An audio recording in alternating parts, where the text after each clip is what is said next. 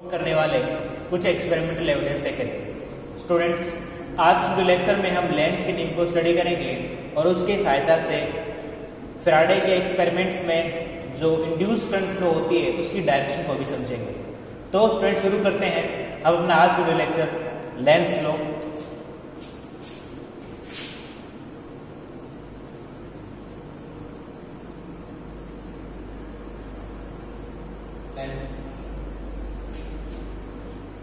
Students, इस rule के अनुसार किसी क्लोज लूप में फ्लो होने वाली इंड्यूस करंट इस प्रकार से फ्लो होती है कि वो उन कारणों का विरोध करती है जिसके कारण उसकी उत्पत्ति हुई है। राइट, ये इसका स्टेटमेंट है। बेसिकली लेंज का नियम जो है वो इंड्यूस करंट की डायरेक्शन को बताता है। राइट, तो अब इसको सिंपल भाषा में आप इस तरीके से भी कह सकते हो कि इंड्यूस करंट यानी प्रेरित धारा की दिशा इस प्रकार से होगी कि वो उन कारणों का विरोध करेगी जिसके कारण उसकी उत्पत्ति होती है। राइट, जो इंड्यूस करंट होगी वो इस प्रकार से होगी कि वो उन कारणों का विरोध करेगी जिसके कारण उसकी उत्पत्ति होती है। अब क्वेश्चन ये उठता है कि फैराडे के नियम में ऐसे क्या कारण थे जिसके कारण सर्किट्स में इंड्यूस करंट फ्लो होती है। आपने फैराडे के नियम को समझने के लिए कुछ एक्सपेरिमेंटल एविडेंस देखे थे। आपने वहां पर देखा था गैल्वेनोमीटर में कुछ करंट फ्लो होती है। ये करंट फ्लो क्यों होती है? आपने वहां पर एक चीज जानी थी कि जब कोइल से जुड़ा हुआ या कोइल से फ्लो होने वाला फ्लक्स जब चेंज होता है विद रिस्पेक्ट टू टाइम, तब उस कोइल में एक ईएमएफ प्रोड्यूस होता है और उस ईएमएफ के कारण सर्किट में एक इंड्यूस करंट फ्लो होती है। राइट, तो बेसिकली जो इंड्यूस करंट का कारण क्या था? फ्लक्स चेंज, यानी कि फ्लक्स में परिवर्तन। राइट, फ्लक्स चेंज यानी फ्लक्स में परिवर्तन। राइट, तो अब लेंज के नियम के अनुसार इंड्यूस करंट की डायरेक्शन इस प्रकार से होगी कि वो उन कारणों का विरोध करेगी। कौन सा कारण होता है? फ्लक्स चेंज, यानी कि फ्लक्स चेंज का विरोध करेगी और कोइल को मूव कराएंगे। अब मान लेते हैं कि हम इस कोइल को इस डायरेक्शन में मूव करा रहे हैं। राइट, डायरेक्ट हमारा स्टेप। जब ये कोइल इस डायरेक्शन में मूव करता हुआ इस मैग्नेट की तरफ जाएगा तो इस कोइल से गुजरने वाले फ्लक्स में वृद्धि होगी। राइट, तो फील्ड लाइन की संख्या में बढ़ोतरी होगी। इसलिए अब जब इस कोइल से गुजरने वाले फ्लक्स में वृद्धि हो रही तो इंड्यूस करंट पैदा होगा। अब इस इंड्यूस करंट की डायरेक्शन इस प्रकार से होगी कि ये फ्लक्स में वृद्धि का विरोध करेगा और फ्लक्स में वृद्धि का विरोध तभी हो सकता है जब इस इंड्यूस करंट के द्वारा उत्पन्न किया गया magnetic field external magnetic field के अपोजिट डायरेक्शन में। राइट,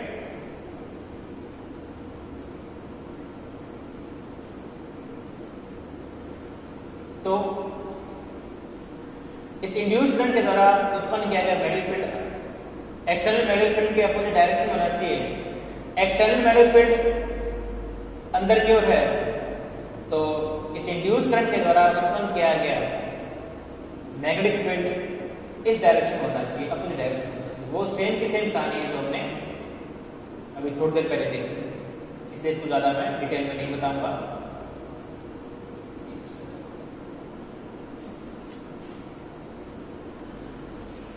अब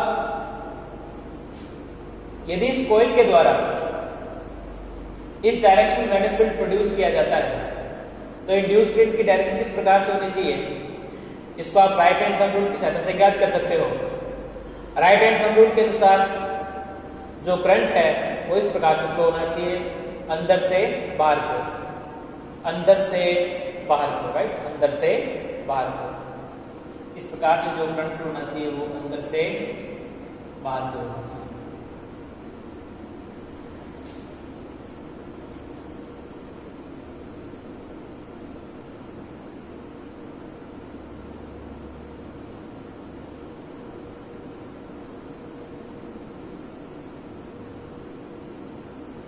राइट, इस डायरेक्शन में करंट फ्लो होगा। अब चूंकि करंट इस डायरेक्शन में फ्लो हो रहा है, इसलिए जो हमारा गैल्वेनोमीटर है वो इस डायरेक्शन में डिफ्लेक्ट हो जाएगा, राइट। तो इस प्रकार से जब कॉइल को मूव कराया जाता है तो उसमें इंड्यूस करंट इस प्रकार से फ्लो होगी, राइट। और इस इंड्यूस करंट की डायरेक्शन को आप राइट हैंड कंट्रोल सेट से ज्ञात कर सकते हो। आप इस कॉइल को मैग्नेट से दूर ले जा रहे हो, तो जब आप इस कॉइल को मैग्नेट से दूर ले जाओगे तो जैसे जैसे कॉइल दूर जाएगी वैसे वैसे इस कॉइल से गुजरने वाले फील्ड लाइंस की संख्या में कमी आएगी, राइट। और फील्ड लाइंस की संख्या में कमी आएगी तो फ्लक्स में कमी आएगी, राइट। तो फ्लक्स में क्या होगी? कमी। अब चूंकि फ्लक्स कम हो रहा है इसलिए इंड्यूस करंट इस प्रकार से पैदा होगा कि वो फ्लक्स में कमी की पूर्ति करना चाहेगा, यानी कि वो फ्लक्स में कमी होने नहीं देगा। ये तभी संभव है कि जब इंड्यूस करंट के द्वारा उत्पन्न किया गया magnetic field external magnetic field की डायरेक्शन में हो, राइट। इस प्रकार से क्या होगा कि जब इस कॉइल को दूर ले जाया जाएगा फ्लक्स में कमी होगी, और इस फ्लक्स में कमी को रोकने के लिए इस इंड्यूस करंट के द्वारा उत्पन्न किया गया magnetic field external magnetic field की डायरेक्शन में होगा, राइट। इसी कारण होगा क्या कि मैग्नेटिक फील्ड जुड़ जाएगा। कौन जुड़ेगा? एक तो वो मैग्नेटिक फील्ड जो एक्सटर्नल है और एक इंड्यूस करंट के द्वारा उत्पन्न किया गया मैग्नेटिक फील्ड, दोनों की डायरेक्शन सेम है, ये दोनों जुड़ जाएंगे और दोनों जुड़ के फ्लक्स में वृद्धि कर देंगे, राइट। एक्चुअली कमी हो रही थी लेकिन दोनों में फील्ड जुड़ के फ्लक्स में वृद्धि कर देते हैं, राइट। और इस प्रकार से पहले कमी और फिर वृद्धि दोनों एक दूसरे को न्यूट्रलाइज कर लेती हैं और इस प्रकार से फ्लक्स में चेंज नहीं होता, राइट। तो अब देखो क्या होगा कि जब आप इसको पीछे ले जाओगे तो फ्लक्स में कमी होगी। अब देखो जो एक्सटर्नल मैग्नेटिक फील्ड है वो एन से एस की ओर है, तो उसकी डायरेक्शन होगी ये वाली एक्सटर्नल की, बी एक्सटर्नल। अब इंड्यूस करंट के द्वारा उत्पन्न किया गया मैग्नेटिक फील्ड भी इसी डायरेक्शन में होगा। तो इस यदि मैग्नेटिक फील्ड इस डायरेक्शन में है तो इंड्यूस करंट की डायरेक्शन को आप राइट हैंड थंब रूल की सहायता से ज्ञात कर सकते हो। तो आपको क्या करना है कि जो अंगूठा है अपने राइट हैंड का वो मैग्नेटिक फील्ड की डायरेक्शन में रखना है, राइट। इंड्यूस, क्योंकि अब आप देखो कि जो इंड्यूस करंट के कारण आप नेगेटिव फील्ड पैदा कर रहे हो, राइट। तो जो इंड्यूस करंट की डायरेक्शन ज्ञात करने के लिए आपको अपना अंगूठा इंड्यूस मैग्नेटिक फील्ड की डायरेक्शन में ही रखना होगा, राइट। तो आपने क्या किया कि अपने अंगूठे को, राइट हैंड अंगूठे को इंड्यूस मैग्नेटिक फील्ड की डायरेक्शन में रख लिया। तो आप क्या करोगे कि अपनी अंगुलियों को मोड़ोगे तो देखो उंगलियां किस तरीके से मुड़ रही है, अंदर से बाहर की ओर। क्या हो रही है? अंदर से बाहर की ओर, अंदर से बाहर की ओर। तो इस प्रकार से जो इलेक्ट्रिक करंट होगा, राइट, तो इस प्रकार से फ्लो होगा, इस प्रकार से, राइट। तो ये कोई बताने वाली बात नहीं कि जो इलेक्ट्रिक करंट है वो इंड्यूस्ड है अंदर से बाहर की ओर, राइट। फिर अंदर से फिर बाहर की ओर, और उसके बाद फिर अंदर से फिर बाहर की ओर, फिर अंदर से फिर बाहर की ओर, राइट। फिर अंदर से, राइट, इस तरीके से फ्लो होगा। और उसके बाद देखो आप,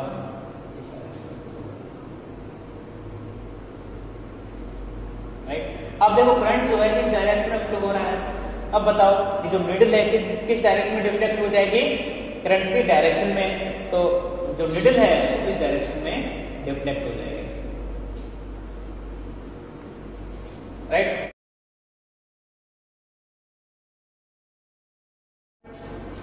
यहां पर एक इलेक्ट्रोमैग्नेट रखी हुई है और इलेक्ट्रोमैग्नेट बनाने के लिए हम क्या करेंगे कि सिलेंडर पर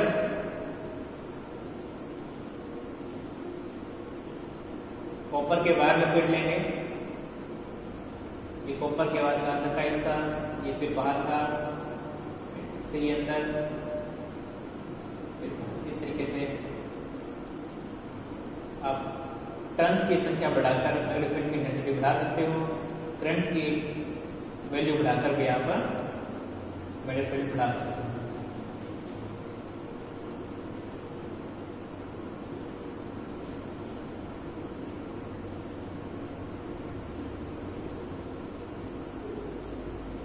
हम क्या करेंगे कि इस कॉइल में करंट को फ्लो होने के लिए हम एक बैटरी लगा देंगे, राइट।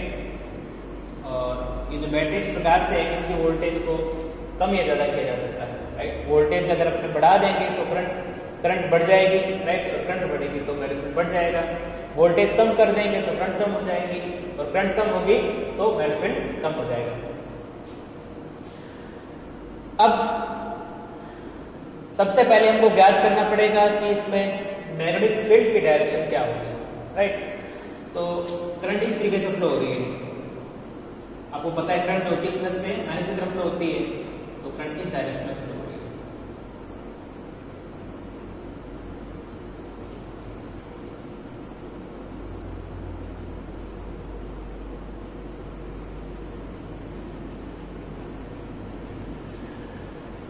करंट की डायरेक्शन को भी हम राइट हैंड थंब रूल की सहायता से ज्ञात मैग्नेटिक फील्ड की डायरेक्शन को भी हम राइट हैंड थंब रूल की सहायता से ज्ञात कर सकते हैं। देखो कैसे।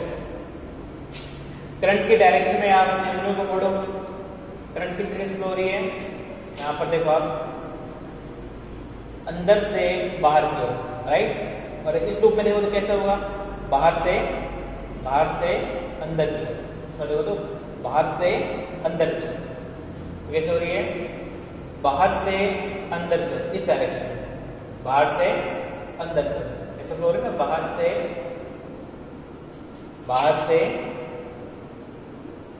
अंदर की ओर, कैसे होते हैं। मतलब जो मैग्नेटिक फील्ड है, सॉरी जो करंट है, वो पीछे वाले हिस्से से आगे वाले हिस्से की तरफ आ रही है, राइट। तो पीछे वाले हिस्से से आगे वाले हिस्से की तरफ आ रही है, राइट। तो ये जो अंगूठा होगा वो मैग्नेटिक फील्ड की डायरेक्शन को शो करेगा, राइट। और यदि आप ये रूल यदि इस लूप के लिए लगाओ तो कैसे होगा, कैसे बह रही है, बाहर से अंदर की ओर, देखो बाहर से अंदर की ओर, बाहर से जो उंगलियां होंगी इस तरीके से जा रही हैं, बाहर से और फिर अंदर की ओर, इस तरीके से जा रही है, बाहर से अंदर की ओर, बाहर से अंदर की ओर। तो आप यहाँ पर भी देख सकते हो कि चाहे आप यहाँ पर ये राइट हैंड थंब रूल का इस्तेमाल करो इस लूप के लिए, चाहे इस लूप के राइट हैंड थंब रूल का इस्तेमाल करो, दोनों सेम आएगा, राइट। तो उंगलियां कैसे जा रही हैं, बाहर से अंदर की ओर, तो जो मैग्नेटिक फील्ड होगा वो इस डायरेक्शन में होगा, राइट। तो जो फील्ड लाइन्स होंगी वो ऐसे बनाई जाएंगी।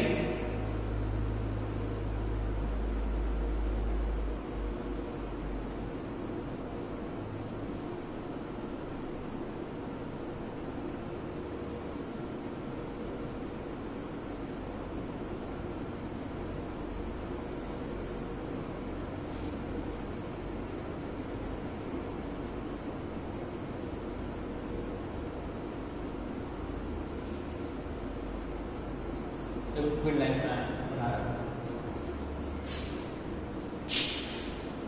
कुछ फील्ड लाइन्स आप और बना सकते हो, लेकिन आपको फील्ड लाइन ड्रॉ करते वक्त ध्यान रखना है कि फील्ड लाइन्स आपस में कटनी नहीं चाहिए और दूर दूर होनी चाहिए, ठीक है। चलो व्हाइट बोर्ड पर तो मैं आपको जस्ट एग्जांपल के लिए बता रहा हूँ, तो यहाँ पर हो सकता है कुछ फील्ड लाइन्स कट सकती हैं, लेकिन आपको एग्जाम में ध्यान रखना है कि आपको इस तरीके से इसको ड्रॉ करना है, आपको ये जो आकार थोड़ा बड़ा कर देना है, राइट। और जितनी फील्ड लाइन्स बता रहा हूँ आपको उतनी बताने की आवश्यकता नहीं है, आप 2-4 फील्ड लाइन्स को बता सकते हो, राइट। तो थोड़ा ध्यान देना। अब देखो, यदि मैग्नेटिक इस डायरेक्शन में है तो आपको पता है कि जो फील्ड लाइन्स होती है वो एन से बाहर निकलती है, इसलिए ये जो हमारा हिस्सा होगा, ये वाला जो हिस्सा होगा वो एन पोल की तरफ बिहेव करेगा, और ये वाला जो हिस्सा होगा वो एस पोल की तरफ बिहेव करेगा, राइट। ये वाला हिस्सा एन पोल की तरह और ये वाला हिस्सा एस पोल। और इस प्रकार से जो फील्ड होगा वो इस डायरेक्शन में होगा, राइट।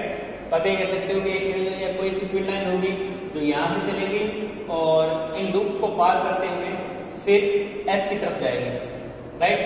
तो इस प्रकार से इन लूप से गुजरने वाले मैग्नेटिक फील्ड की डायरेक्शन इस डायरेक्शन में होगी,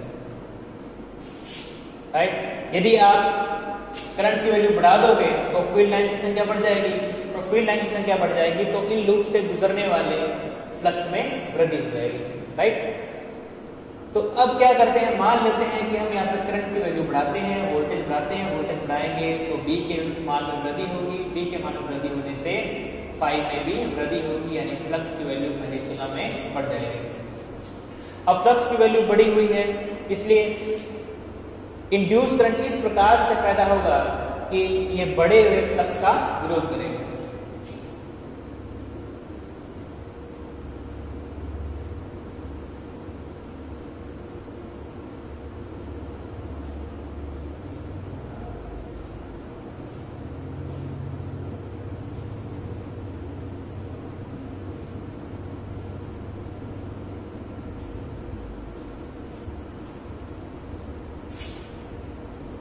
तो इंड्यूस करंट इस तरीके से पैदा होगा कि ये बड़े हुए फ्लक्स का विरोध करेगा, यानी अपोजिट डायरेक्शन में मैग्नेटिक फील्ड प्रोड्यूस करेगा, राइट। अब मैग्नेटिक फील्ड की डायरेक्शन इस तरफ है, तो ये जो हमारा मैग्नेट होगा और ये जो हमारी कॉइल होगी ये इसके अपोजिट डायरेक्शन में, यानी कि इस डायरेक्शन में एक मैग्नेटिक फील्ड इंड्यूस करेगी, राइट। तो यदि मैग्नेटिक फील्ड इस डायरेक्शन में है तो इस डायरेक्शन को उत्पन्न करने वाले इंड्यूस करंट की डायरेक्शन क्या होगी, उसको भी हम राइट हैंड थंब रूल से ज्ञात कर सकते हैं। ये मेरा राइट हैंड और मैंने अंगूठा जो है मैग्नेटिक फील्ड की डायरेक्शन में रखा, राइट। तो अब देखो अंगुलियां किस तरह से जा रही है, अंदर से बाहर की ओर, अंदर से, अब देखो अंदर से बाहर की ओर, राइट, अंदर से बाहर की ओर, राइट। इस प्रकार से जो हमारी करंट की डायरेक्शन होगी वो इस तरीके से होगी, अंदर से और बाहर की ओर, इसको अंदर से, राइट, और ये बाहर, अंदर से बाहर, फिर अंदर से और फिर ये बाहर की ओर, राइट, फिर अंदर से फिर ये बाहर की ओर, फिर अंदर से फिर बाहर की ओर और फिर इस तरीके से। और यहाँ पे आप देखोगे तो ये किस तरीके जा रही है, अंदर से, यानी इस तरीके से होते हुए ये बाहर की इस तरीके से। ये जो करंट होगी वो इस डायरेक्शन में फ्लो होगी, राइट। तो जिस डायरेक्शन में करंट फ्लो होगी उसी डायरेक्शन में हमारी जो निडल है वो डिफ्लेक्ट हो जाएगी, राइट। तो निडल इस डायरेक्शन में डिफ्लेक्ट हो जाएगी, राइट। इस प्रकार से जब आप मैग्नेटिक फील्ड में वृद्धि करते हो तो इसके कारण इंड्यूस करंट की डायरेक्शन इस गैल्वेनोमीटर की सहायता से दर्शाई जाएगी और उसकी डायरेक्शन इस प्रकार से होगी, राइट, ऐसे इस डायरेक्शन में करंट फ्लो होगी। अब उसके बाद में उसको हम एक बार फिर से वेरीफाई करते हैं। वेरीफाई इस तरीके से करेंगे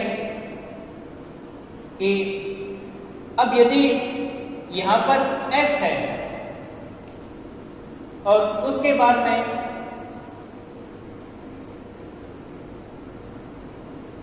इंड्यूस करंट के कारण उत्पन्न हुआ मैग्नेटिक फील्ड यदि इस डायरेक्शन में है तो ये भी हमारा S होना चाहिए, राइट। यदि ये S है तो ये हमारा N होना चाहिए। तो यदि S होगा तो जो फील्ड लाइंस होगी वो अंदर की तरफ होगी और इसके कारण जो मैग्नेटिक फील्ड होगा वो भी अंदर की तरफ होगा, इसके अपोजिट डायरेक्शन होगा। तो आप क्या करो, इसको थोड़ा चेक करो। सबसे पहले आपको इस तरफ देखना है। यदि आप इस कॉइल को इस तरफ से देखोगे तो ये वाला हिस्सा हमारा बाहरी हिस्सा,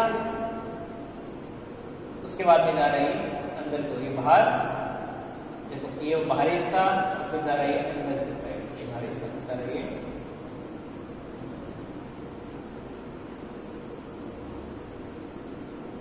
इसको पॉइंट ए मान, पॉइंट ए से होते हुए करंट अंदर की तरफ जा रही है पॉइंट बी की तरफ, राइट, वाला इसको इस तरफ देखोगे तो ये वाला इसका बाहरी हिस्सा, राइट, और ये वाला इसका अंदर वाला हिस्सा। तो करंट जा रही है पॉइंट ए से पॉइंट बी की ओर, करंट पॉइंट ए से पॉइंट बी की ओर।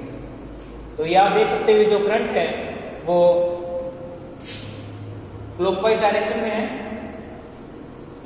और आपको पता है कि जब करंट क्लॉकवाइज डायरेक्शन में होती है तो कॉइल का वो वाला हिस्सा एस पोल की तरफ बिहेव करता है।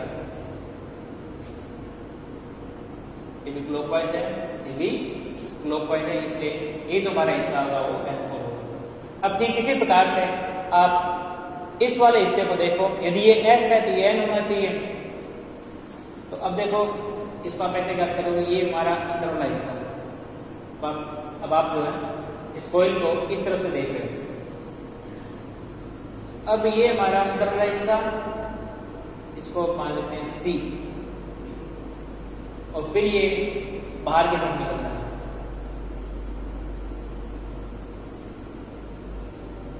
कहां तक जाता है? डी तक मान लो। ये अंदर वाला हिस्सा, ये बाहर वाला हिस्सा, ये अंदर वाला हिस्सा और ये बाहर वाला हिस्सा। अभी डायरेक्शन में करंट कैसे फ्लो होगी? ऊपर की ओर देखो, जारी करंट है, सी की तरफ जा रही है तो सी की तरफ जाएगी, राइट, और उसका क्या जा रही है? डी से सी की तरफ जा रही है, डी से सी की तरफ जा रही है, डी से करंट जो कैसे है? डी से सी की तरफ, डी से सी की तरफ। तो अब आपने यहां पर देखा कि ये जो करंट है वो एंटी क्लॉकवाइज है। यदि ये एंटी क्लॉकवाइज है तो ये वाला जो हिस्सा होगा हमारा, ये एन पोल की तरह बिहेव करेगा। तो इस प्रकार से आपने देखा कि जब मैग्नेटिक फील्ड में वृद्धि की जाती है तो इंड्यूस करंट किस तरीके से बनता है और उसकी डायरेक्शन क्या होती है। अब हम क्या करेंगे, ये मैग्नेटिक फील्ड कम करेंगे, राइट। जब मैग्नेटिक फील्ड कम करेंगे तो इन लूप से गुजरने वाले फ्लक्स में कमी आएगी। मैग्नेटिक फील्ड कम हो गया तो फ्लक्स भी कम हो जाएगा। अब इंड्यूस करंट की डायरेक्शन इस प्रकार से होगी कि वो इस फ्लक्स को कम होने से रोकेगी। तो कब रोकेगी? ये तभी रोक सकती है जबकि इस इंड्यूस करंट के द्वारा उत्पन्न किया गया magnetic field external magnetic field की डायरेक्शन में हो, राइट। तो इस प्रकार से इस इंड्यूस करंट के द्वारा उत्पन्न किया गया मैग्नेटिक फील्ड इस डायरेक्शन में, यानी एक्सटर्नल मैग्नेटिक फील्ड की डायरेक्शन में ही होना चाहिए, राइट। तो अब होगा क्या, जब ये एक्सटर्नल मैग्नेटिक फील्ड कम होगा तो इंड्यूस मैग्नेटिक फील्ड क्रिएट होगा, और इस प्रकार से जितना ये कम हुआ है उतना ये बढ़ जाएगा। और चूंकि दोनों की डायरेक्शन सेम है इसलिए जो टोटल मैग्नेटिक फील्ड होगा वो इन दोनों का जोड़ होगा, राइट। ये कम होगा तो वो बढ़ेगा, राइट। और इस प्रकार से चूंकि ये कम हो रहा है वो बढ़ रहा है, इसलिए जो टोटल फ्लक्स है वो पहले के जितना ही रहेगा, राइट। अब मैग्नेटिक फील्ड यदि इस डायरेक्शन में प्रोड्यूस हो रहा है तो इंड्यूसमेंट किस प्रकार से होनी चाहिए, उसको हम राइट हैंड थंब की सहायता से ज्ञात कर सकते हैं। तो यदि मैग्नेटिक फील्ड इस डायरेक्शन में है,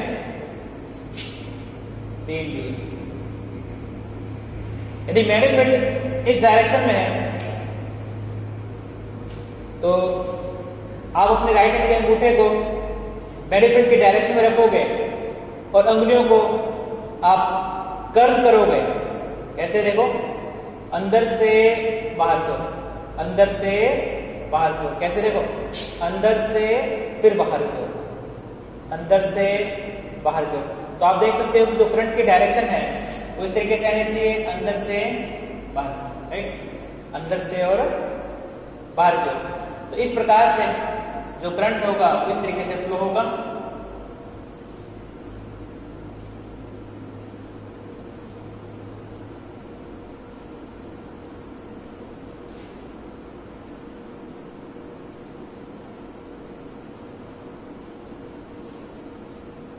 राइट।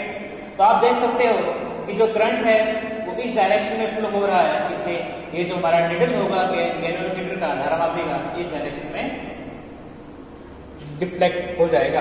इंड्यूस करंट के कारण जो मैग्नेटिक फील्ड पैदा हो रहा है यदि उसकी डायरेक्शन इस डायरेक्शन में है तो ये वाला जो हिस्सा होगा ये हमारा एन पोल होना चाहिए और ये वाला जो हिस्सा होगा वो हमारा एस पोल होना चाहिए। तो चलो इसको वेरीफाई करते हैं।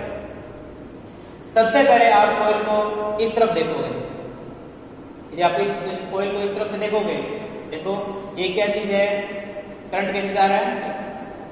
यदि आप इस कॉइल को इस तरफ से देखोगे तो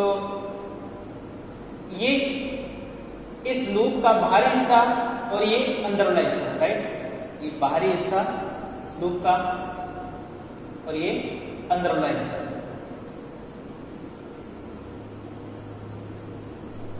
इस लूप का बाहरी हिस्सा और ये अंदर वाला हिस्सा, बाहरी हिस्सा। ये हमारा ए पार्ट, ये हमारा ए पार्ट और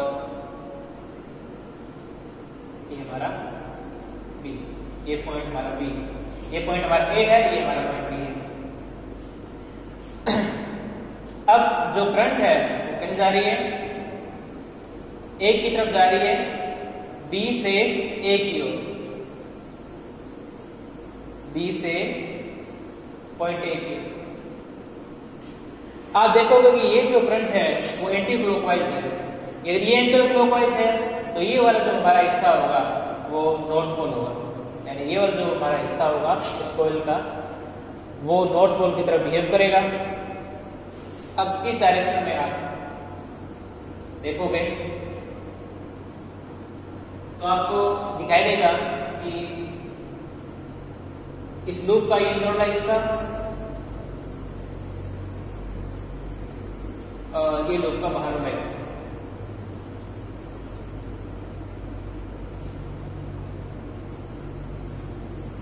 सी और डी, तो जो करंट है वो सी से डी की ओर फ्लो हो रही है, सी से डी की, सी से डी की, राइट, सी से डी की ओर।